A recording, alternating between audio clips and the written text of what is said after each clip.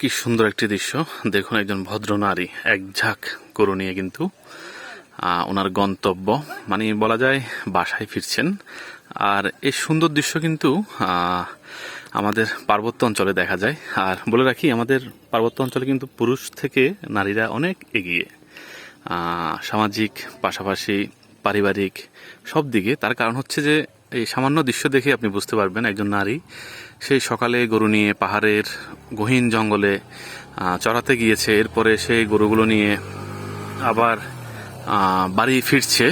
তো পুরুষ থেকে কিন্তু নারীরা বলা যায় অলরাউন্ডার। আমাদের পার্বত্য অঞ্চলের এটি একটি শিল্প বলা যায়।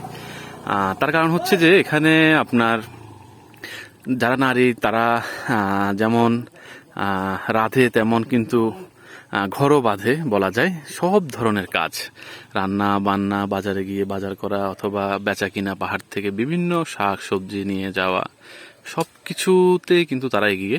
আর পাশাপাশি কিন্তু এখানে এই সুন্দর সড়কটা আমি দেখাই আপনাদেরকে, আরও গরু নিয়ে আসতেছে।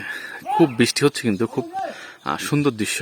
এটা কিন্তু আমাদের রামগড়ের যে সীমান্ত সড়ক যেতে পড়ে, বলা যায় বাংলার কাশ্মীর বলে অনেকে এই জায়গাটিকে। আপনাদের কাছে কেমন লাগছে সড়কটি আমি জানি না, কমেন্ট করে অবশ্যই জানাবেন।